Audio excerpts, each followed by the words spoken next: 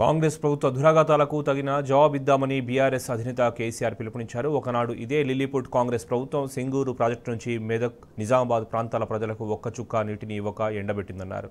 BRS హయాంలో చకచక ప్రాజెక్టులు, కాలువలు కట్టుకుని లక్షలాది ఎకరాలకు సాగునీటిని అందించామన్నారు. కాంగ్రెస్ ఏం చేసినా మౌనం పాటించాలని ప్రశ్నించారు. మోసం చేస్తే పార్లమెంట్ ఎన్నికల్లో బుద్ధి చెబుతామని పిలుపునిచ్చారు.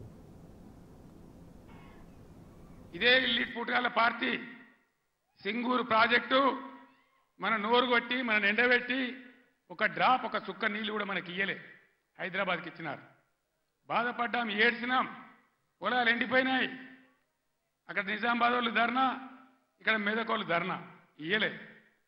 తెలంగాణ వచ్చినాక కదా ఇదే హరీష్ రావు ఇరిగేషన్ మంత్రిగా ఉండి జటా కాలువలు తవ్వి నీళ్లు సింగూరు కాలువలు తవ్వితే కదా అందులోకి నీళ్ళు వచ్చినాయి, పంటలు పడినాయి. ఎక్కడి నుంచి వాడుకున్నాం సింగూరు నీళ్లు? ఇచ్చినరా వీళ్ళు? వచ్చినాయి ఆనాడు నీళ్లు?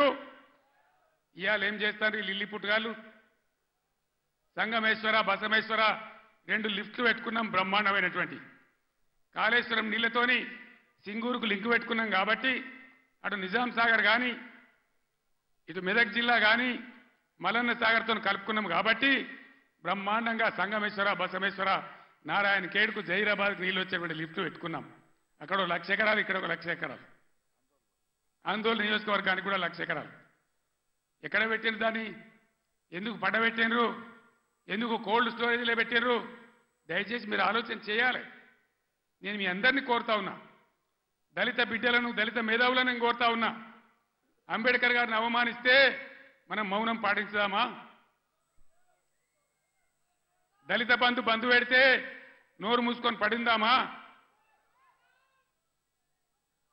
ఇవాళ వాళ్ళకి సురుకు పెట్టాలి. ఇదే పార్లమెంట్ ఎన్నికల్లో బిడ్డ మీరు మోసం చేస్తే గుద్దిత కింద పడకూడదామనే జవాబు మీరు చెప్పాలని చెప్పి నేను మిమ్మల్ని కోరుతా ఉన్నా.